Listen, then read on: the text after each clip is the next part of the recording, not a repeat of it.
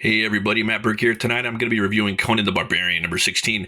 This is the conclusion to the Frost Giant's daughter, man. This is a different take on it too. It's been pretty freaking epic and bloody thus far. It's told kind of mostly from the perspective of the Frost Giant's daughter. This book's been done in a lot of different ways, so it was a cool different way to go at it. I got this cover right here. I really like this cover. I like the artwork. It reminds me of this St. George and the Dragon book as a kid. I used to love, man. It was a kid's book, but that book was gory, man. I don't know if it's crazy. I wouldn't be surprised if it was the same artist, but I think this is Colleen Doran, and yeah, it just really brought back memories of me, like really getting into that myth of St. George and the Dragon, and that was just drawn like beautifully. Still trying to find that specific book, the one that I had from a kid. As a kid, a lot of the books too from my childhood, they're really hard to find. I was just really trying to find this like bedtime stories, Grimm's fairy tale book specifically. I could not find it. I had to buy it off of Amazon, but I found it. And just a lot of the books nowadays are they're just not the same. But yeah, so I got this going right here. I got my Kraken and my blueberry sparkling water from Aldi. That store it's pretty cool. I don't know if you guys ever shop there, but they got really good stuff at a pretty killer price. Save you some money. I believe they're from Germany or something like that. But let's get into the book. So it's gonna a lot of cool stuff too that they're offering from Heroic Signatures. You got this pastiche novel right here, Conan and the Cult of the Obsidian Moon by James Lovegrove.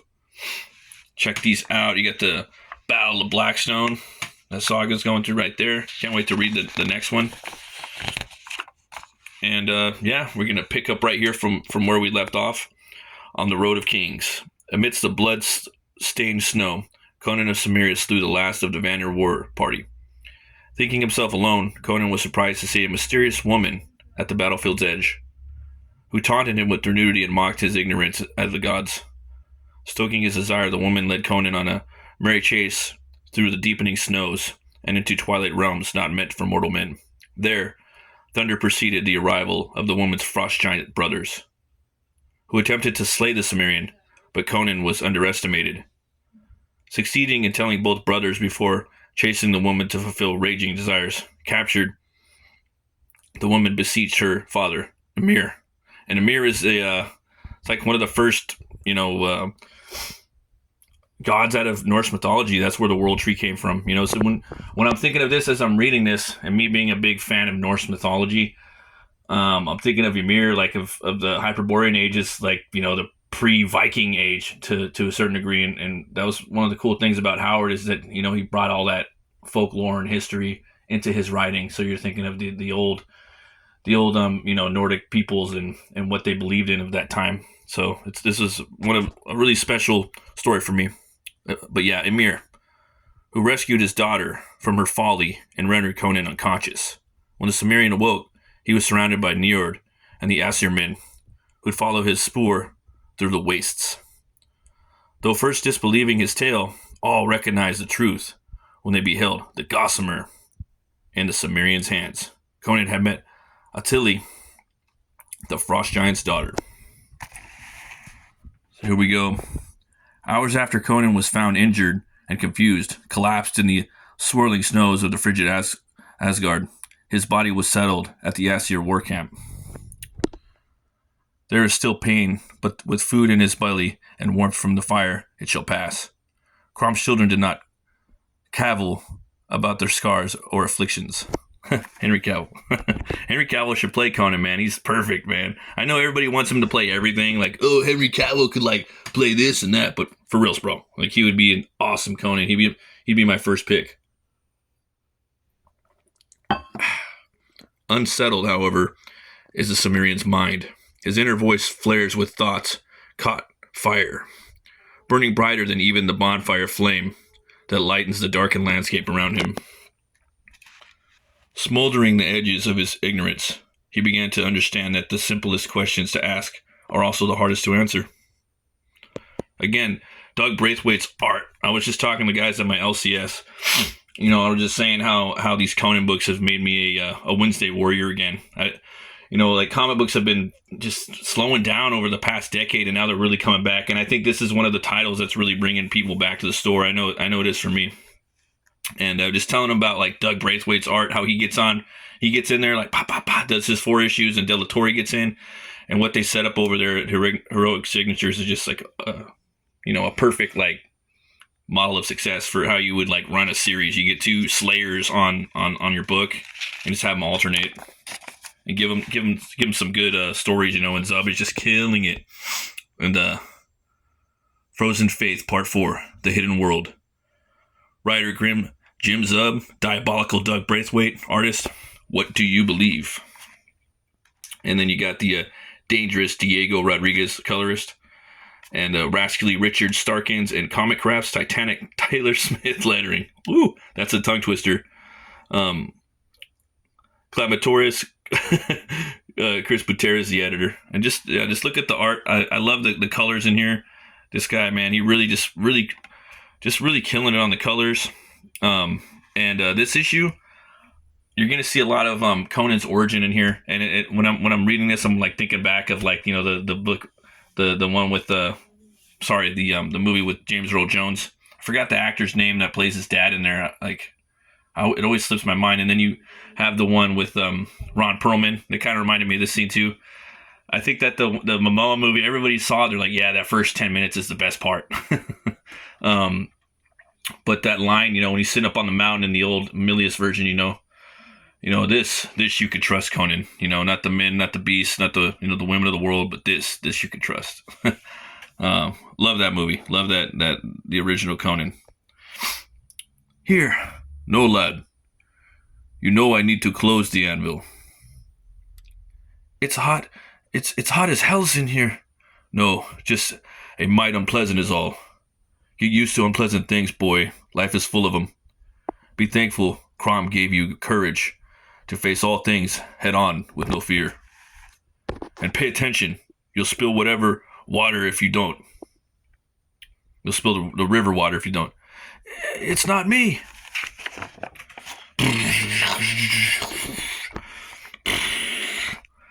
Earthquake! Aye, a small one this time. Crom is shuffling his step. The hymn said quakes were devils moving underfoot. Did he know? Aye. And if he's right, when worse devils do you think they'd be? Crom's? Right. And that's why we say Crom's devils. Quite the stew, ain't it? Indeed, Gorm. My thoughts are stirred and most unsound.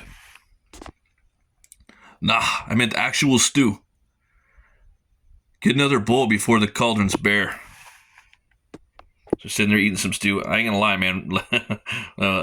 Them eating this stew reminds me of this Viking stew I eat with potato, or not potatoes, turnips, carrots, beef, celery. Yeah, because they didn't have potatoes in the Viking age, or those Norse times.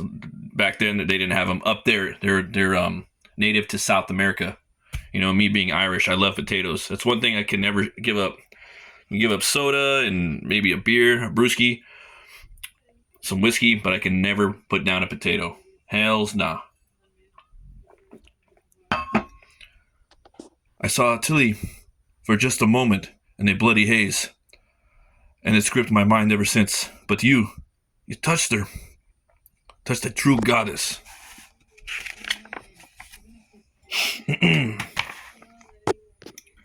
Did he touch a goddess? The Cimmerian's mind swirls as he wonders at the truth. The truth of what he can see, smell, taste, or touch. The certainty of his senses. The reality he thought he knew. Here we go. I'm going to have to censor a little bit of this. He saw Tilly. Body like ivory, eyes like dancing lights. Smelled her. Oak and lavender, amber tinged with musk. Tasted her. Sweet and spicy and sweet. The wind in his mouth. So yeah, he's really having the callbacks, man. That chick really did a number on him. Then right here, he's chilling. He's enjoying his stew. He's He's thinking back of the Frost Giant's daughter. He still hears her voice bumbling forth from somewhere beyond, those laughs and screams echoing in his mind. Hold it, Darkhair. I think I owe you one of these.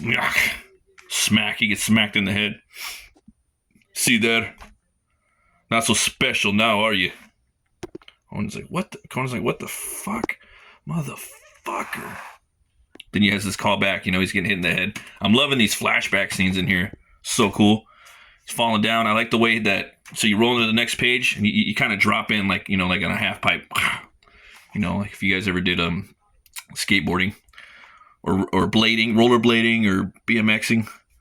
I love the way that Braithwaite did that. Lucky you didn't wear steel, or your head would have been cleaved clean. Oh, the blacksmith boy looks like he's set to cry. Don't make Crom call you coward. I don't believe in Crom. What? Ah! The elders talk about gods, but I've never seen them, and neither have you. Crom will strike you dead. I thought Crom didn't care about any of us after we were born. You don't give a damn about you, boy, but I do. Ah. I love these speeches, man. That Conan's dad. I think his name's Corin. I mean, depending on who's writing it, but really good. Really good like dialogue by Zub, man. Good, just I don't know, just like these father and son moments throughout this arc. Sumerians are stone sent, but your head is gone to gravel. The god of the mound gave us strength. Our ancestors watch over us. You think you know better than them? All of them? Who told you this filth? Was it the dumb runt Idol? No, it was just me. I don't believe in ancestors. I don't believe in Crom. None of it. I like this part right here. He just, it's his dad. I love the black eye sockets. Just something about that. He's about to wind up and give him a little smack back. And you jump back to this scene right here. Again, man, this story is just told really, really good, man.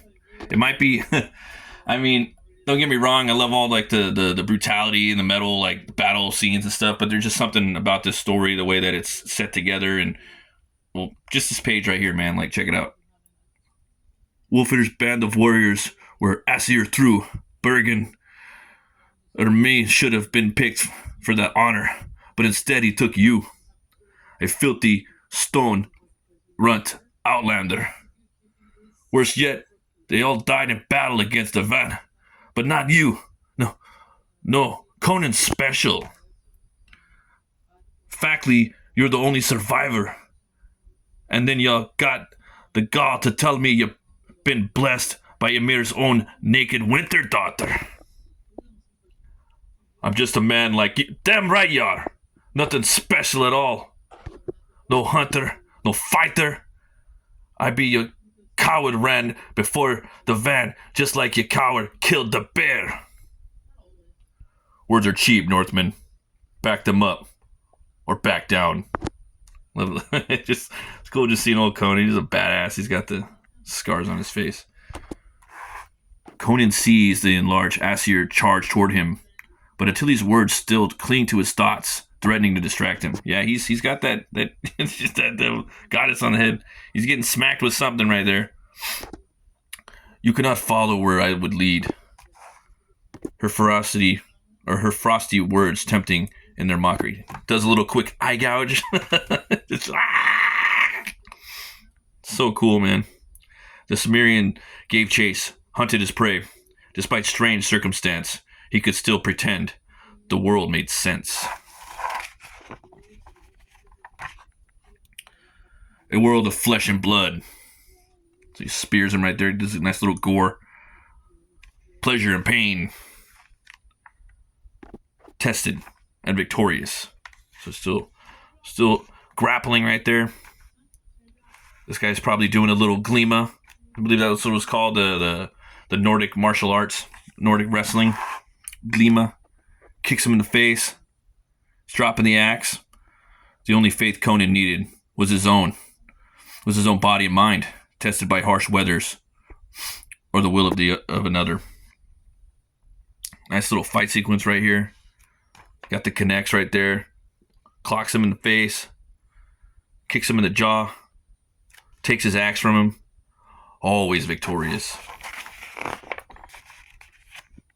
Badass money shot right there. Physical threats in the physical world. Weapons to rely on. Enemies to vanquish. Skull splitter. A world he knows no longer. Or a world he no longer knows. So this is the part I really love. This is my favorite part of the story. Osmond, you drunky bastard. It's too cold for this shite. Ah, hell. He wanted blood, so blood he found. You damn savage. What have you done? Killed him cold. I gave up my hunt. Doused your enemy's fire. Fought in your damn blood feud. If that's not enough, step forth and try to take more. See how you fare. Beric, look at them icy eyes. 'Tis Ymir's curse. We should leave him be. You think you could just go back to camp after this? No. So, like, this is my favorite page, sorry.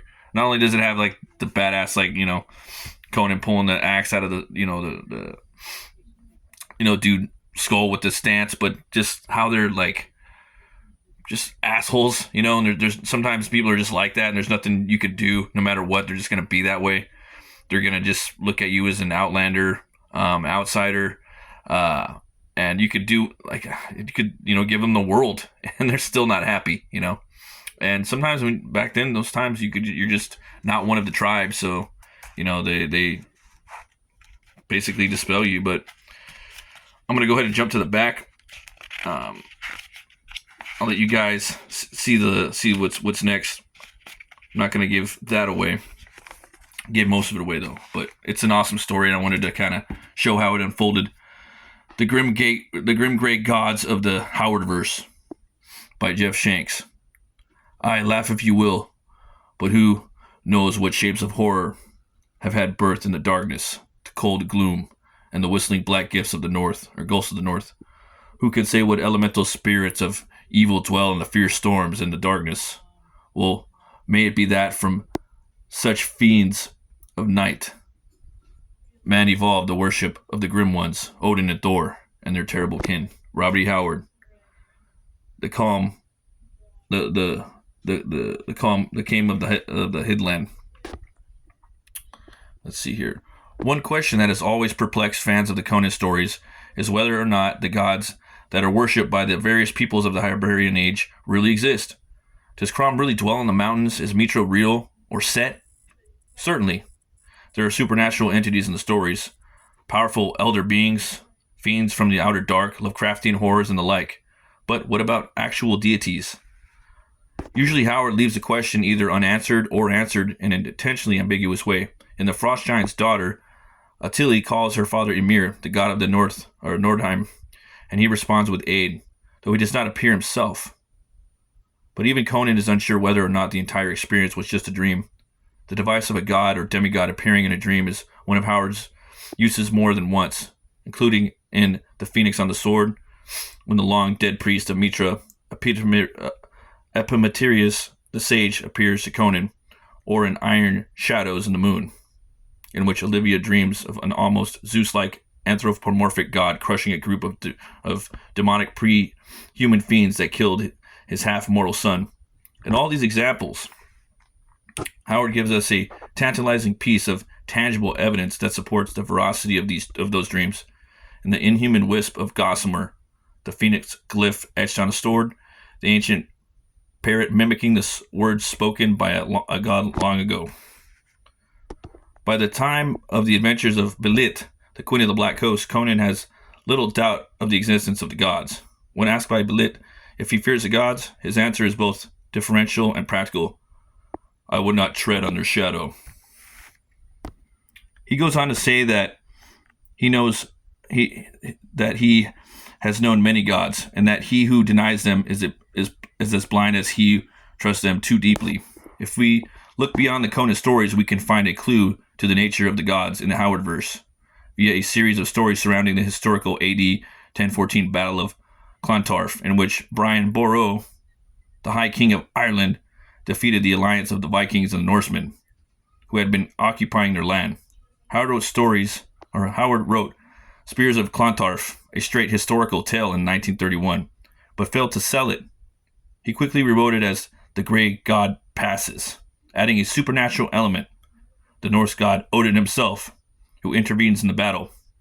In Norse mythology, Ymir, the great frost giant, is slain by Odin and his brothers, but in Howard's conception, both Ymir in the Hyborian Age and Odin in historic times almost seem like the same elemental spirit of the North. The god of the Nordheim and their descendants, the Norsemen, ever in conflict with the people of Crom, the Cimmerians and their descendants, the Gaels. Howard revisited the theme with a horror story set in the 1930s, The Cairn of the Headland. Here, the modern protagonist remembers his past life as a participant in the battle, including the appearances of Odin. We learn that Odin, in taking human form, had become vulnerable and was struck down and buried in a cairn of stones, and is unintentionally revived and freed in modern day. In these stories, we learn that anthropomorphic deities like Odin do exist in the Howard verse. The gods are real, but they are more like primal elemental forces of nature, dark and terrifying, that can sometimes assume human-like form. And when they do, it is best to not tread in their shadow. Pretty freaking awesome, man. Again, that's why I love, Howard. He brings these old, folk and different histories and cultures to his Howard verse, and it's plausible, I just really love what he does with the Nordic stuff and what he did with Atlantis and Cole, and wow. I hope Heroic Signatures does a Cole comic, and I hope they do a Solomon Kane. Those would be my top two, and Brad McMorn and El Boric. I don't know, but yeah, those would be like my top ones for sure. At the back right here, you're gonna have you can talk to some of the creators in the back, so pick that up. Next issue to be checking out, Rob De La Torre's coming back. Be sure to check out 17 with the riveting cover, Ravaging. Yeah, I love that. Killing it.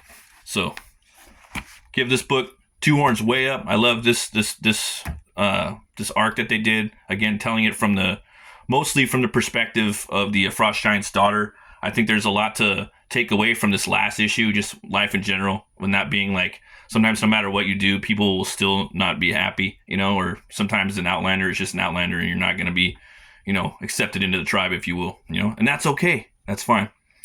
As always, folks, thanks for watching. Always remember to be bold, be brave, and roll the bones to know your role. Have a happy Halloween and stay fucking metal.